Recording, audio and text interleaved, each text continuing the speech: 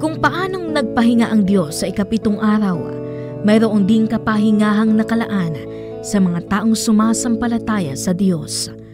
Sapagkat ang sino mang makapasok sa lupain ng kapahingahang ipinangako ng Diyos ay magpapahinga rin sa kanyang pagpapagala.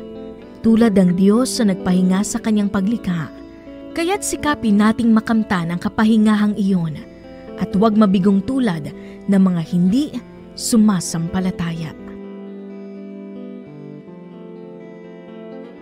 Hebreo 4, versikulo 9 hanggang 11.